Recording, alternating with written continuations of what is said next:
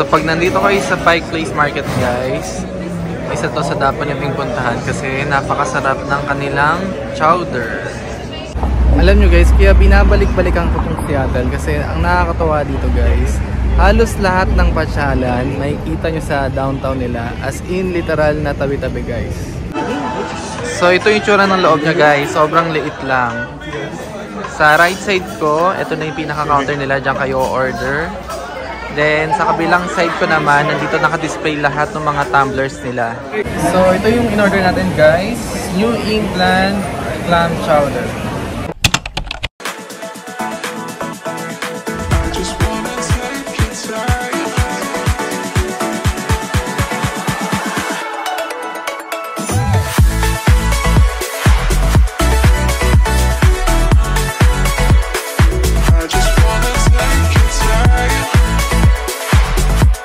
Hi guys, good morning. For our second day, babalik ulit tayo ng downtown ng Seattle. Kasi guys, kulang yung isang araw para malibot natin yung downtown nila. Kasi ang daming mga lugar na mga dapat puntahan doon. At saka syempre, magpo-food trip pa ulit tayo doon guys. So, let's go! Ito na yung bus guys. Okay na tayo. Hello, good morning.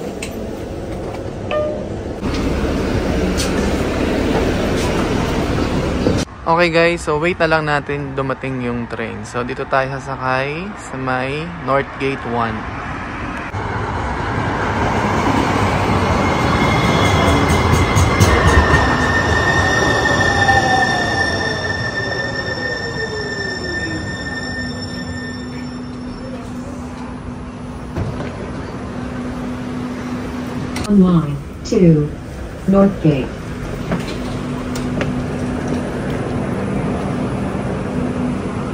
Okay guys, so nakababa na tayo sa Westlake Station. Next, kailangan nating sumakay ng escalator.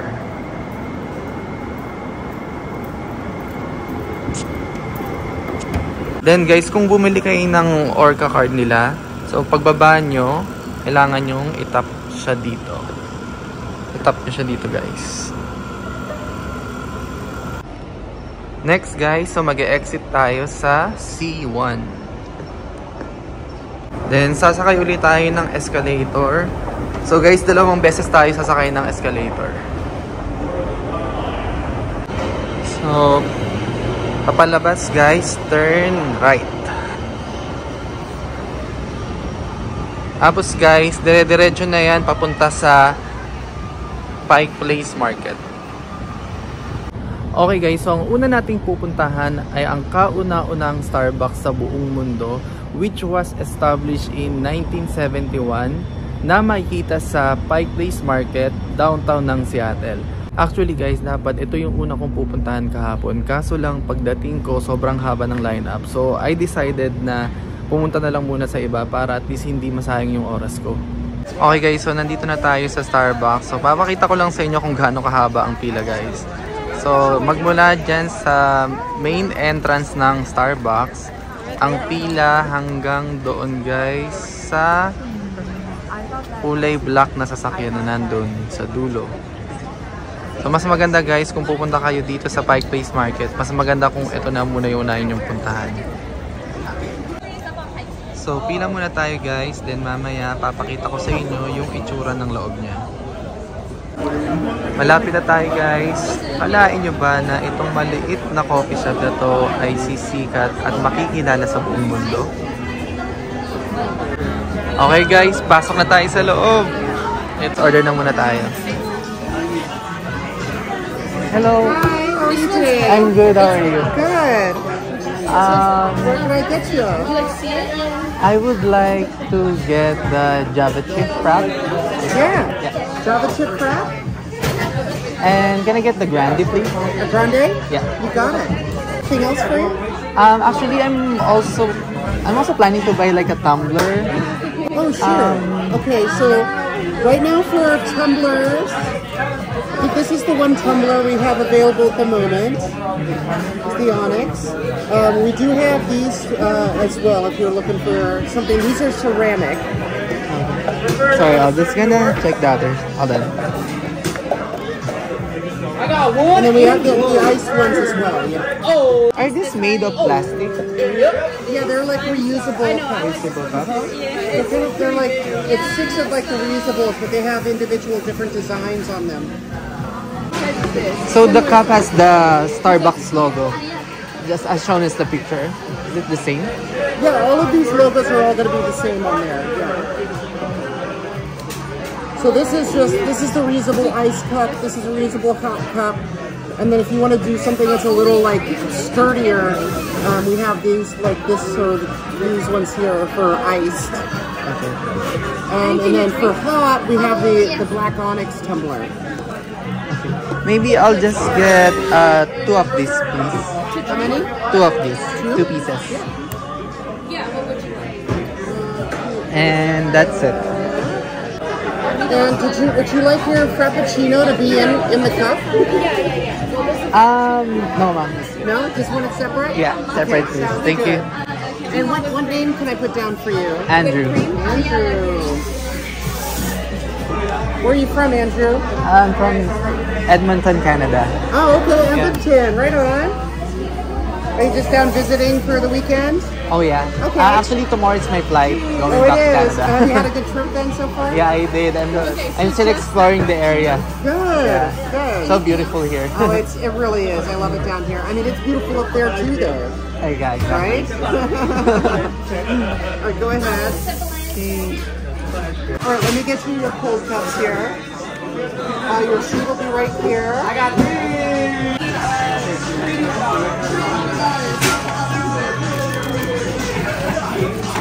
Thank you so much. You're welcome.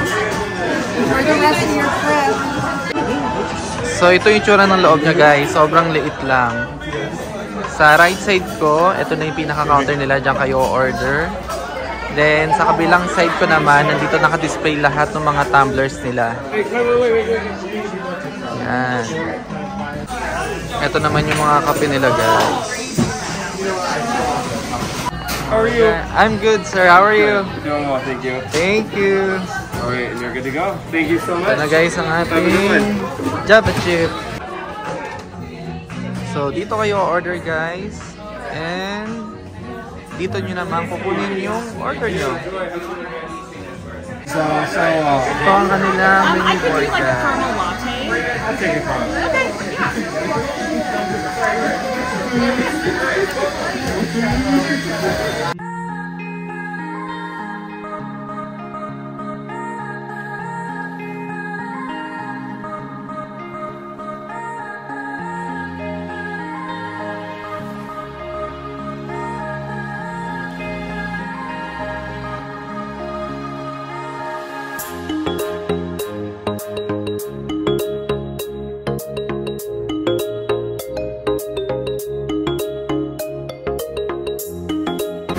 Next up guys, Pike Place Chowder. Okay guys, so nandito na tayo ngayon sa Pike Place Chowder. As usual guys, line up na naman siya. So guys, ito yung itsura ng loob niya. Maliit lang siya. Okay lang yung mga chairs and tables nila sa loob. So pag nandito kayo sa Pike Place Market guys, isa to sa dapat nyo puntahan kasi napakasarap ng kanilang chowder. So open sila guys ng 11 AM. Pero bago pa lang sila mag-open, ang pila sa labas, grabe na. Okay guys, malapit na tayo. So ang orderin natin ay ang New England Clam Chowder. Dahil yan yung voted nation's best. And then if you can fill that out, please. I have a method for this. 2. Next na tayo guys. 1. Hi there. Can I get the New England clam chowder, please? Just a small size, please. To go, please. Anything else? That's everything. Ayan yung mga kanilang chowder, guys.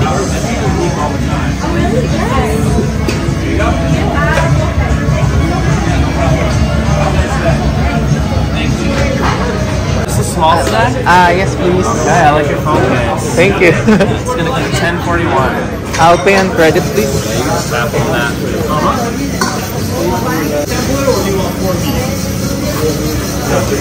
Alright, utensils are going to be right behind you on that rack.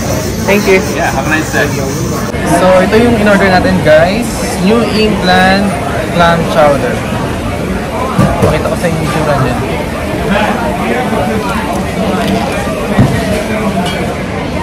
Hey, Team Sky! Yan siya, guys. Mainit-init pa.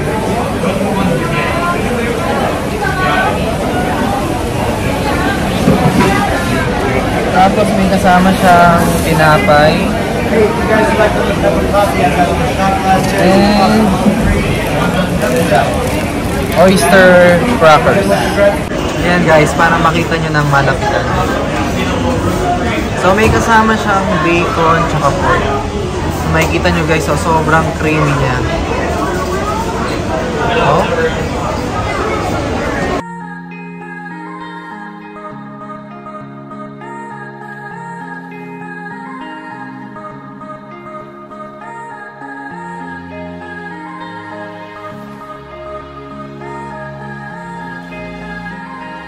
Then guys, meron din pala ditong Filipino restaurant. Pakita ko sa inyo kung saan. So pag nakita nyo yung malaking public market center na signage na yan, so nasa kabilang side lang siya. So yan. Lakad lang kayo ng konti. Dito siya. Ito siya guys, yung nakalagay na Oriental Food Mart. So 2-in-1 siya guys. Meron din silang grocery store. Pati yung restaurant nila mismo. And then may mga souvenir items din sila dito. Ito guys yung mga pwede nyo orderin sa kanila. So meron silang chicken adobo with rice and pancit for $50.99. Meron silang pancit pihon for $9.99. Meron din silang sinigang with rice and pancit for $19.80. Meron din silang longganisa with rice and pancit for $50.99. Eto guys yung itsura ng kainan niya. Yan. Dami din kumakain sa kanila guys, oh.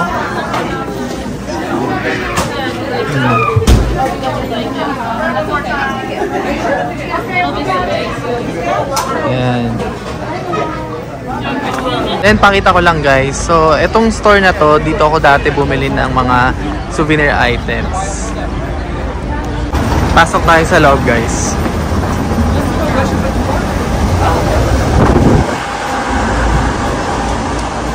Ayan, may mga tumblers, coffee mugs, may mga keychains, may mga sweater, jacket, then may mga beanies, then may mga cups din.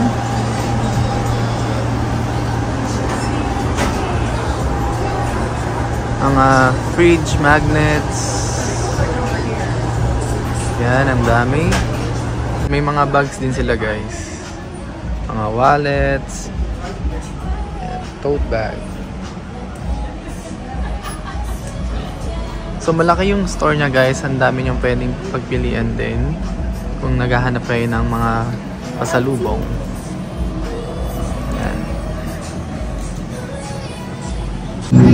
Next stop guys, punta naman tayo dito sa Miners Landing. Tara, pumasok tayo sa loob guys at itutour ko kayo sa loob. Ito ang kanyang pinaka main entrance. Pagpasok nyo sa loob guys, maraming mga restaurant and bars. Tapos may mga gift shops din. Yan. Kung may mga kasama naman kayong mga bata guys, pwede silang dalhin dito kasi meron ditong arcade. Ayan, pwede sila dyan maglaro.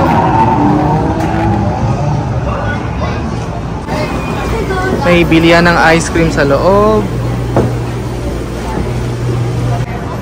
Then guys, meron din sila ditong carousel, oh. Yan. Next guys, punta naman tayo dito sa Seattle Great Wheel. Malapit dito sa bilihan ng ticket sa Seattle Great Wheel, meron pa sila ditong attraction guys. Ito ang Wings Over Washington 4D Flying Theater. Ito siya guys. Ito naman guys yung bilihan ng tickets para sa Seattle Great Wheel at saka yung Wings Over Washington Flying Ride. So pakita ko sa inyo yung cost ng ticket. So ito yung price ng tickets nila guys.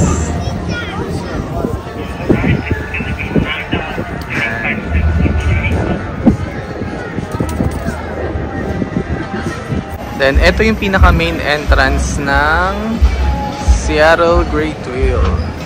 Yan. Tingnan nyo siya guys kung gaano siya kalaki.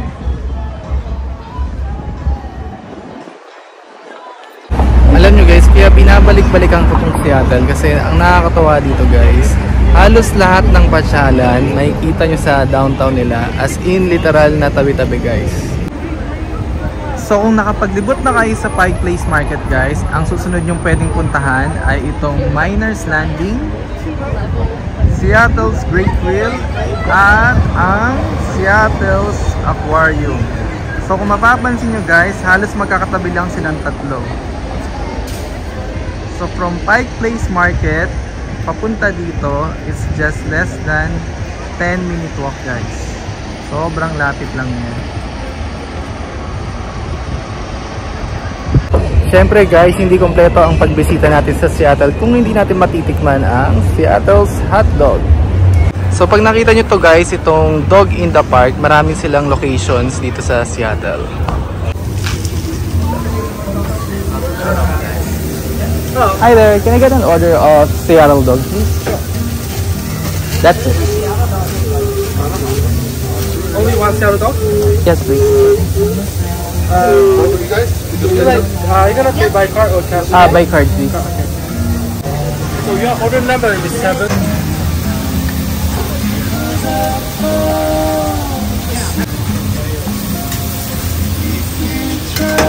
I got number 4, Louisiana. Syempre guys, papakita ko sa inyo yung price ng kanilang mga hotdog. So yung pinaka best seller nila yung Seattle dog is $9. So yung binayaran ko guys kasama yung tax is $10. Okay guys, tapos na yung sa atin. Thank you so much. Ito guys ang kanyang itsura.